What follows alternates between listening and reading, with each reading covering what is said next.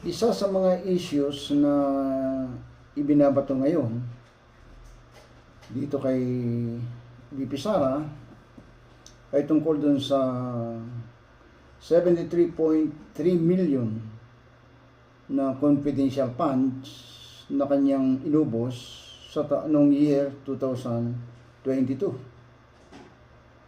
Malaking halaga po ito at ayon po dito sa taga-kuha, ito ay ayon sa kuha report, yung notice of disallowance ay ipinapasauli ng kuha ang 73.3 million confidential fund na hindi nagtatali dun sa kanyang mga report na isinabit sa Commission on Audit.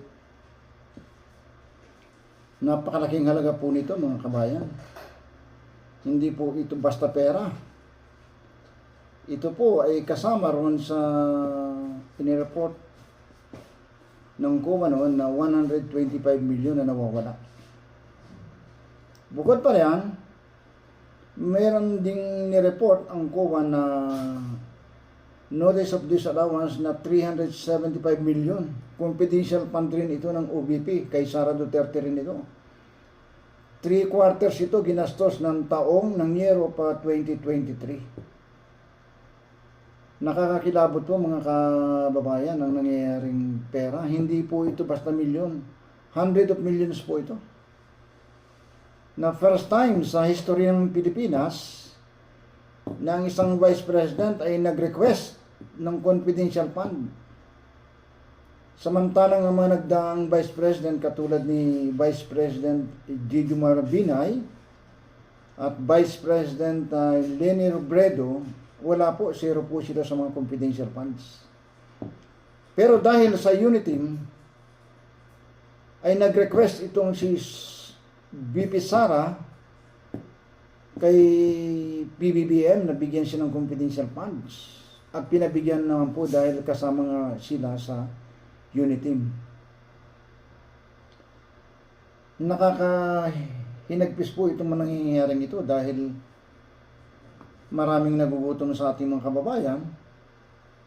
Ang halos ay hindi may tawid ang 3 beses na pagkain sa araw. Tapos itong ating VP na pinagkatiwalaan natin ang pera natin ay kung magwaldas ay gano'n na lang. At isa pa sa mga issues ngayon ay itong report ng PSA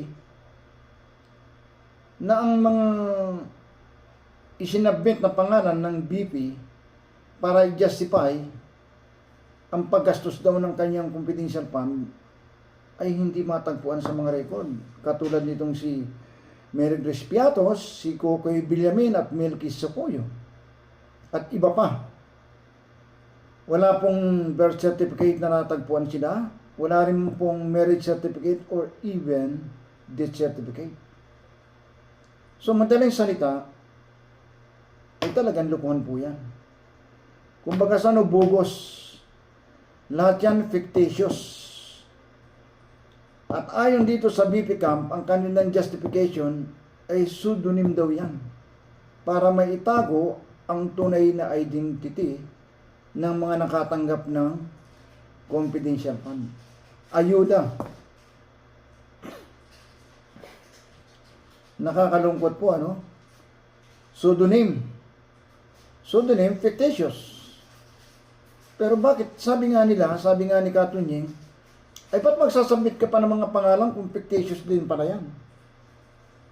Ba't hindi ka gumamit ng tunay na pangalan? Total, hindi naman makikita yan. Makakakita lang yan ay ang COA. At kung talagang mapatunayan na COA na tama naman ang lahat ng nireport at ginastos nyo, ay wala na pong notice of disallowance na mangyayari. At ang ginawa nitong kampo ng BP, Sara, nagpalabas pa na ginastos daw doon sa mga rewards, nagbigay sila ng mga rewards, mga gamot, imbis daw na sa surveillance and intelligence gathering, ay doon daw ginastos yung kanilang confidential fund. Pero noong during Senate hearing, at tinatanong, iniimbestiga ng kanyang mga staff o mga empleyado at mga humahawak na matataas na position sa Office of the BP, walang may sagot kundi puro iwas.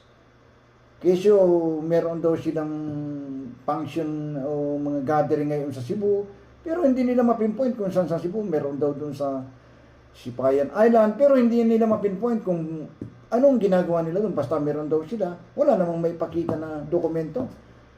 Kasi puro piki po lahat yun. Well instructed na ito ang sabihin mo, hanggang sa lumitaw nga po ito, mga issues na ito na walang katotohanan. Kaya umabot po tayo dito sa impeachment. At isa pang pinapalabas nila, satellite office daw. Ginagamit daw nila ang mga satellite office para hindi na raw mahirapan si VP Sara na mag-travel from north to south para malapit lang ang kanilang opisina. At meron pa silang pinapalabas na cottage. Pero nang itinanong sa Senate hearing, lumalabas na halos ay 100 million, 100 to 200 million ang upa dun sa isang cottage for one day. Sabi nga nila, humanap ka na ng 5-star hotel dito sa Makati o dito sa Maynila. Wala pong ganyang kamahal na cottage. 5-star, 4-star hotel or 5-star hotel na yan. Na umabot ng 100,000 to 200,000 per day, per night. Yan po ang kanilang report. In short, puro kalukuhan at panliling lang ang ginagawa nitong si VP Sara sa ating bansa sa paggastos. Walang habas na paggastos sa pera nating mahihirap. Samantalang tayong mga mahihirap, ayuda lang, hindi pa tayo makatanggap ng 10 o 5 kilong bigas. Kung makatanggap man tayo ay halos every 6 months. Lalo na mga senior na katulad ko. Bakit? Kasi po, tama lang ang paggastos ng gobyerno natin ngayon. Balance, hindi katulad ng panahon ni VP Sara, na kung gumastos ng pera, ay hindi 11 days ang 125 million, ayon dito kay Ramil Madriaga, kundi 12 less than 24 hours. Nakakakilabot po ang nangyayaring yan. At ang masama pa, ayaw silang humarap sa impeachment. At ang laging pinagmamalaki ay hindi raw proper forum ang House hearing. Ay nasan po itong kaniyang 18 abogado na magtatanggol sa kanya. So abangan po natin, dahil ilang araw na lang sa 22 ay maghaharap na naman sa House Hearing Committee on Justice. At ang marami pong mga guest ang pupunta ron. Isa na sa aabangan natin sa hearing na yan ay si Senator Trillanes, dahil meron po siyang daladalang mga isisiwala tungkol sa mga bank account itong si VP Sara at itong si Digong Duterte.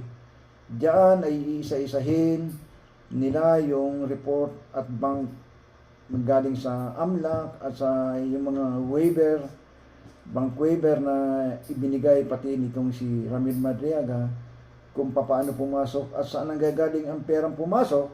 At ang sabi nga ni Senator Trillanes, sa shabu. Mga major supplier ng shabu ng mga panahon yun. At ayon naman dito kay Ramil Madriaga, ang mga perang po yan ay galing sa Pugo. Kaya ang Pugo ay namayagpag dito dahil pinapasok nitong si Digong Duterte, dahil sigurado namang meron siyang hati dyan. Hindi siya papayag kung wala siya makukuha riyan. Kaya nga si Alice Goo, na dating mayor ng Pampanga, ay nakakulong ngayon dahil siya pala ang utak nitong Pugo. Ang lahat pong yan ay ating antabayanan sa darating na 22. At huwag po nating kalimutan na mauungkat po yan. Sa 22, yang mga Mary Grace Piatos, Coqui Villamin at Melky Sikuya, kung totoong pong mga tao yan. Titingnan natin ang tapang at tatag ng depensa nitong si VP Sara na lagi niyang ipinagmamalaki na haharap siya at ang gusto niya ay bloodbath sa tamang forum. So ito lamang po mga kaibigan, at ang ating pong concern lang dito ay kung paano may ibabalik nitong si VP Sara ang 73 million confidential fund na ipinababalik ng COA. Bukod pa sa 375 million na ginastos niya noong 2023. Yan lang po at maraming salamat po sa inyo lahat.